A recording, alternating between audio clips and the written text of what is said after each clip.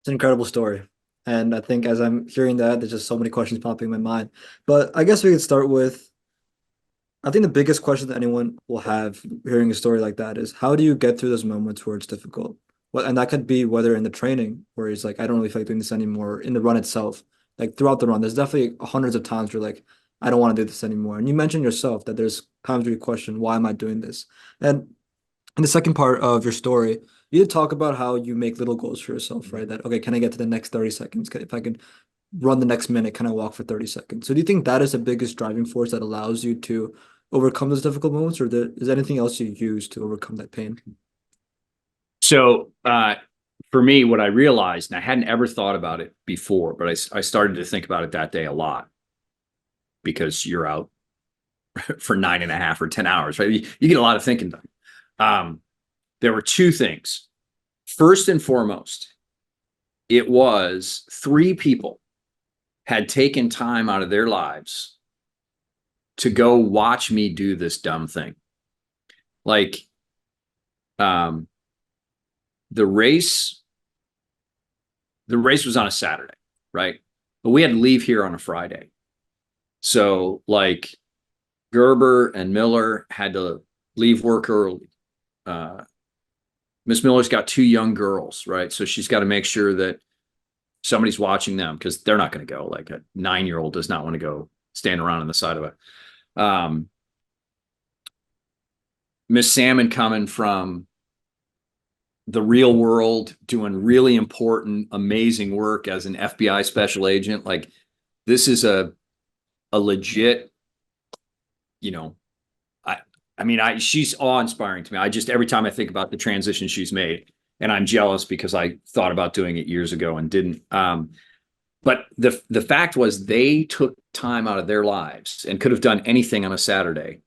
But here they were getting up at a ridiculous, like we do for wrestling, right? Like we were up and out of the hotel at 6 a.m., 5:30 a.m., something like that.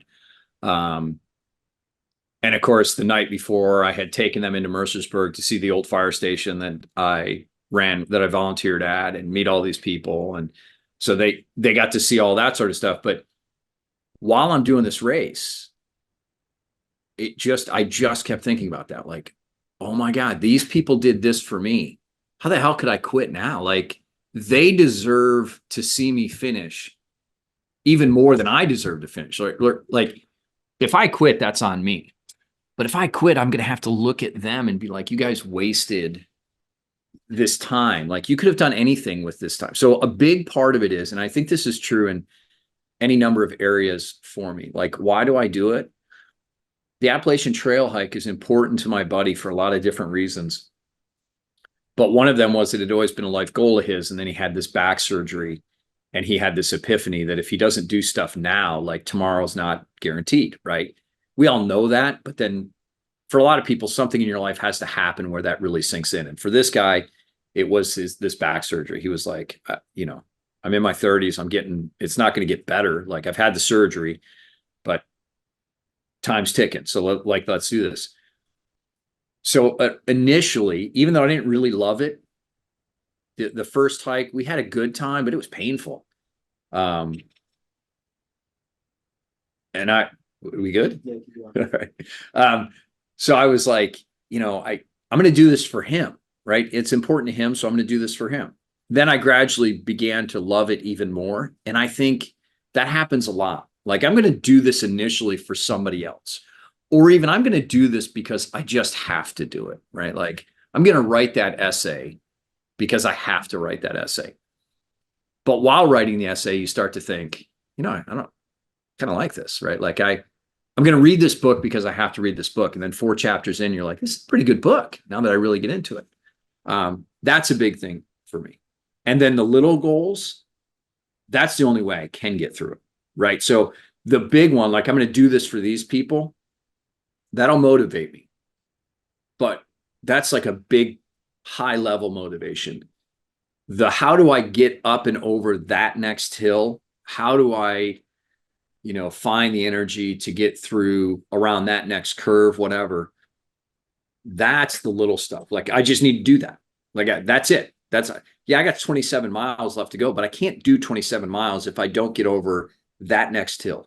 So I'm going to get over that next hill. And if I get over that next hill, then I'll reevaluate.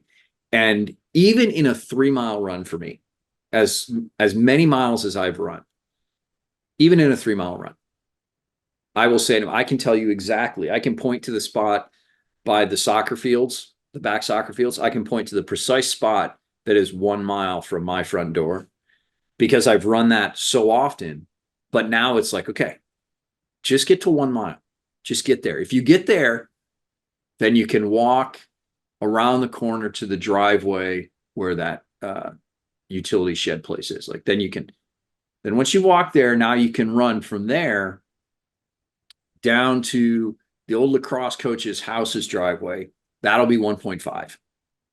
If you make it to 1.5, then you can turn around and walk back, and there's another driveway on the other side of the road. I make these deals. Well, what happens is as I get in better shape, now the 1 mile doesn't become the goal anymore, right? Even the first goal, unless I'm having a really shitty day. Like if I'm just having a really shitty day, whatever, everything hurts, it's just lethargic, whatever, then I'll drop back to those other goals, right?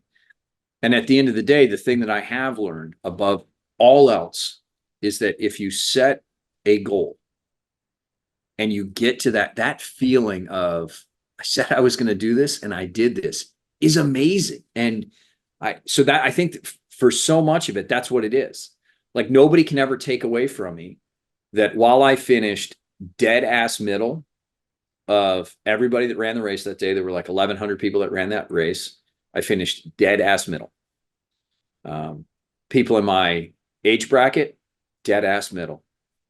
Every criteria I can find of how I ran that day, dead middle, as mediocre as all can be. But I did it, and nobody I did it. I set a goal. I did it. Good for me. Like that feeling is part of it. Is set the big goal, and then the little ones are what help you get to that big one, because the feeling when you get to that big one is so amazing. So I think that's really what it is for me. Those two things.